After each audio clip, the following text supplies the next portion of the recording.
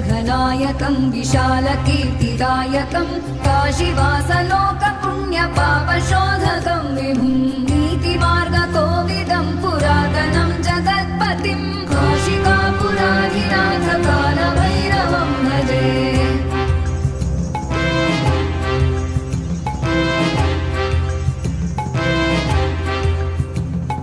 कालभैरवाष्टकं पठन्